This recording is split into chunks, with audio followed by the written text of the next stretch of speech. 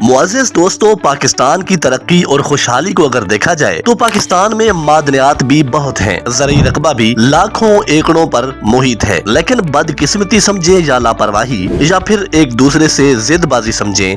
पाकिस्तान अगर मादनियात निकालना शुरू करे तो वसाइल अपने पास इतने ज्यादा नहीं कि खुद निकाल सकें, और अगर गैर मुल्की कंपनियों को ठेका दिया जाए तो अखराजात इतने ज्यादा हो जाते हैं कि उसका खातिर खा फायदा नहीं हो सकता। लेकिन पाकिस्तान एक ज़रई मुल्क भी है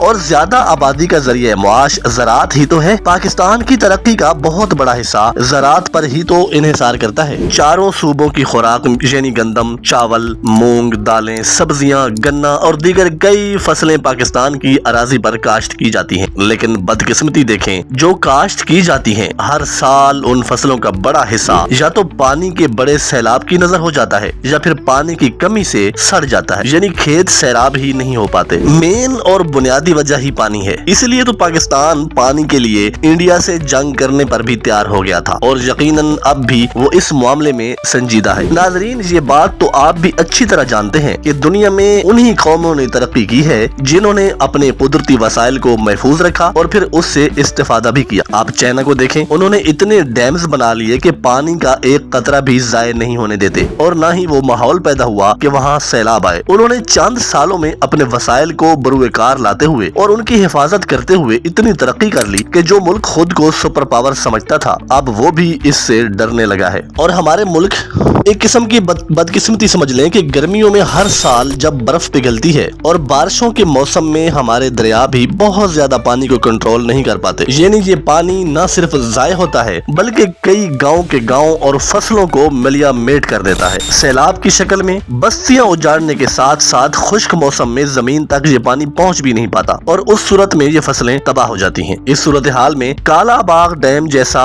मंसूबा पाकिस्तान के लिए जिंदगी और बका की हैसियत रखता है, लेकिन इस मंसूबे के पीछे ऐसा क्या राज छुपा है जो इसको बनने नहीं दे रहा था। कई मुआहदे हुए, इरादे भी किए गए, हत्ता कि कंपनियां सामान भी ले आईं, लेकिन वो राज क्या था जो इस मंसूबे के आगे रुकावट बन जाता है। लेकिन राज जो भी हो, अब खुशाइन बात यह है कि इस मेगा प्रोजेक्ट की मंजूरी दे दी गई है और ये कोई आम फैसला नहीं, ये कोई आम खुशखबरी भी नहीं है, ये वो फैसला है जिसका इंतजार कई दहाइयों से था। इसके पीछे तवील सियासी इख्तलाफात भी थे या जो भी रुकावटें थीं, उन सब के बाद आखिरकार अब ये बात तस्लीम करना पड़ी कि पाकिस्तान की तरक्की, खुशहाली यानी ज़राअत और तवानाई के हसूल और हर साल सैलाब की बहुत बड़ी तबाहकारियों के बचाव के लिए इस मंसूबे के सिवा शायद कोई दूसरा चारा नहीं है। काला बाग डैम क्यों अहम है और इसकी अहमियत कितनी जरूरी है? नाजरीन, अगर जहाँ पानी को स्टोर किया जाए तो ये हमारी ज़राअत और सनतों के लिए बहुत बड़ा और हैरान कुन सरमाया साबित होगा और शायद यही वजह है कि पाकिस्तान के किसी दुश्मन को इस बात का 100% यकीन है कि अगर पाकिस्तान का ये प्रोजेक्ट बन गया तो पाकिस्तान को तरक्की से कोई नहीं रोक सकता। इसीलिए तो ये आज तक किसी भी तरह न बनने दिया गया था, क्योंकि वाफिर पानी से हमारी जमीनें सरसब्ज और शादाब होंगी, पैदावार बढ़ेगी और आजकल जो किसान अपनी जमीन के होते हुए भी परेशान हाल है, वो सुख का सांस लेने के साथ साथ बाकी भी कई खानदानों को खुराक फराहम करेगा। और दूसरी जानब देखें कि अगर यही पानी सैलाब की सूरत में बह जाए तो हमारे खेत खलियान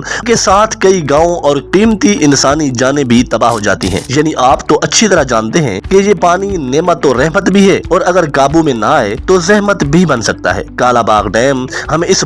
पानी को महफूज करने का एक बहुत बड़ा मौका फराहम कर रहा है। सिर्फ यही नहीं, ये पानी साथ साथ सस्ती बिजली पैदा करने का भी बहुत बड़ा जरिया बनेगा। माहिरीन बार बार ये कहते हैं कि इससे कई हजारों मेगावाट बिजली पैदा की जा सकती है जो पाकिस्तान में मौजूदा बिजली के बहरान को खत्म करेगा। ये बिजली इंडस्ट्रीज को सपोर्ट करेगी, यानी घरेलू सार्फिन के साथ साथ सनतों को भी ये सस्ती बिजली फराहम होगी। दोस्तों, याद रखिए, दुनिया के तरक्की याफ्ता ममालिक ने इसी